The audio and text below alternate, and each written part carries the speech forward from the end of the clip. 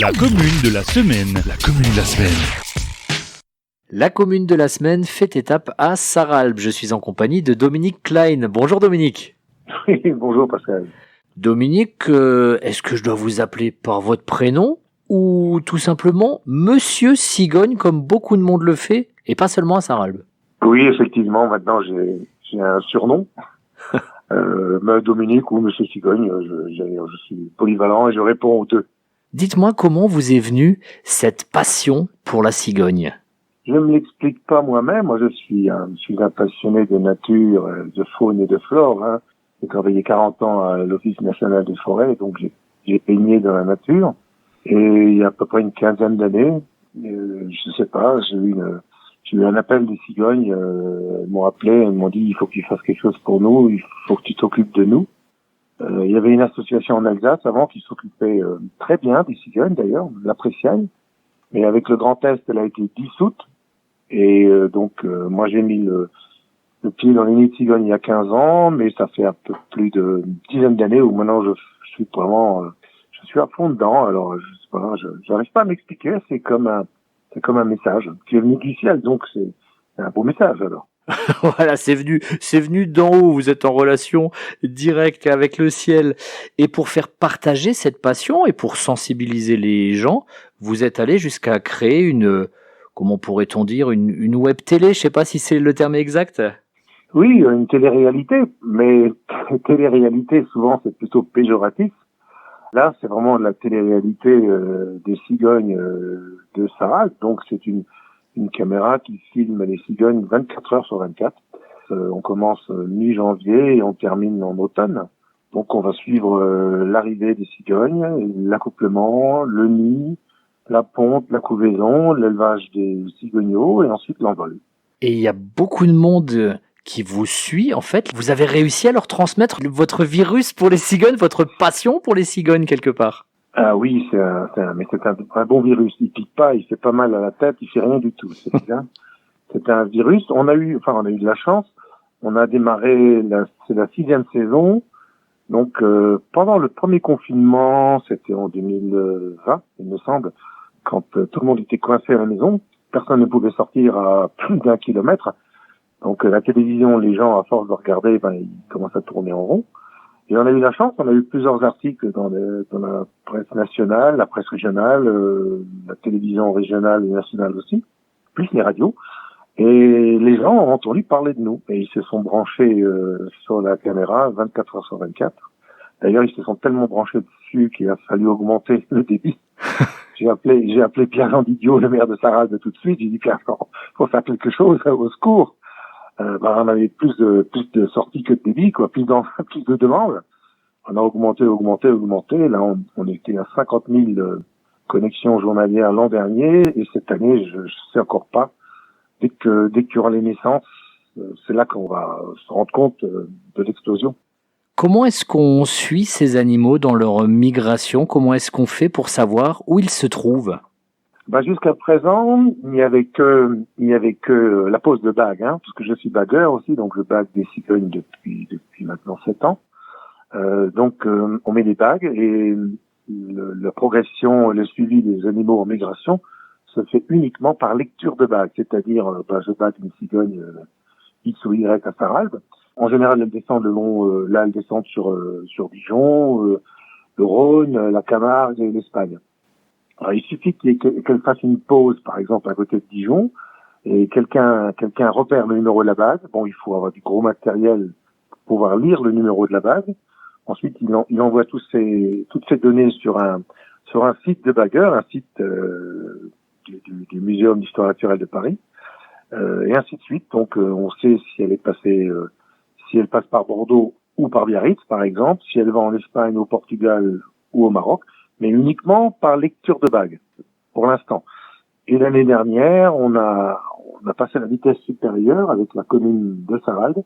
On a installé 6 balises Argos, c'est-à-dire des petits émetteurs. Hein. Donc là, on les suit en temps réel, en se connectant sur un site allemand, Animal Tracker. Donc on travaille avec un institut de recherche allemand, l'Institut Max Planck à Radolfzell, c'est près du lac de Constance, à peu près pour les gens qui connaissent. D'accord.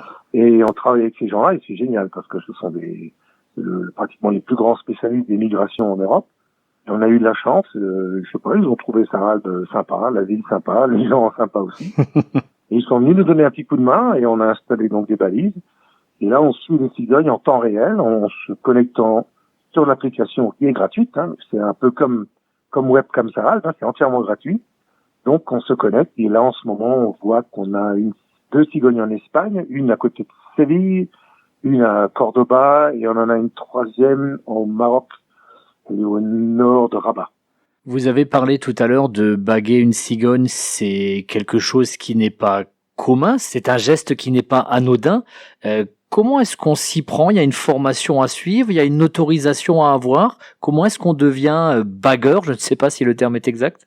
Si, sur mon téléphone, quand je mettais bagueur, il me mettait blagueur toujours. D'accord. Je connaissais pas le mot, alors je ne sais pas.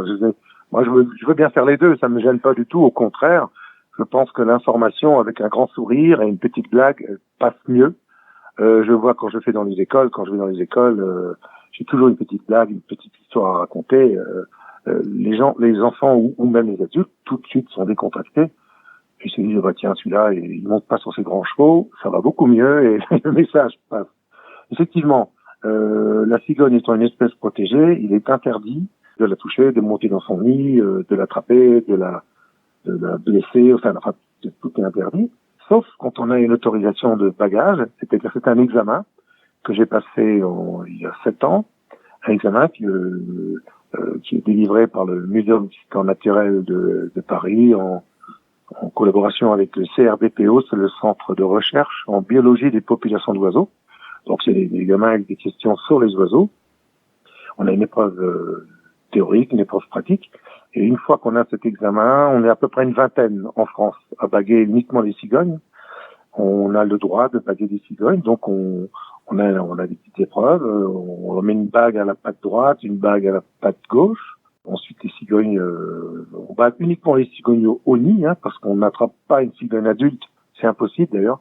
Si on essaie d'attraper une cigogne adulte, elle va essayer de se sauver et puis elle va peut-être se blesser. Donc, s'il y a un risque, on ne bague pas. Donc, uniquement les petits. Et quand on bague les cigognos dans le nid, ils ont un peu plus d'1 mois. Quand on monte dans le nid, les cigognos se couchent dans le nid, ils font le mort. Alors, je les attrape, je les ramasse, je les mets dans un petit sachet, je descends de l'arbre, du mirador ou de la cheminée, un peu comme le Père Noël, mais à l'extérieur. Comme c'est un bagage à but scientifique, j'ai pas mal de données à prendre sur l'oiseau, donc je pèse, je mesure, j'ai pas mal de trucs à faire. Écoute, tout est fini, je vérifie l'état général de l'oiseau. Je regarde s'il n'a pas des mouches plates, enfin des insectes un peu particuliers. Ensuite, je remets l'oiseau dans le nid, ou les oiseaux, les oisillons, les cigognos. Le temps de descendre l'échelle ou de descendre avec une nacelle, les parents sont déjà de retour. Il n'y a aucun rejet de la part des parents. D'accord, donc tout est fait dans le respect bien sûr de l'animal. Vous avez évoqué tout à l'heure des visites dans les écoles. Vous êtes très demandé par les institutrices et instituteurs locaux. Vous étiez à Olvin il y a quelques jours. J'imagine que cette idée de transmission, c'est quelque chose qui vous est cher ? Oui, j'ai jamais eu autant de maîtresses de ma vie. Je pense que ma femme va être contente quand elle va entendre ça. J'ai des maîtresses partout, mais elles le savent. Quand j'arrive dans une école, en général, je me présente et j'ai toujours rêvé d'avoir autant de maîtresses. Alors on voit tout de suite si les gens ont du second degré ou pas. Mais en général, ça se passe très très bien.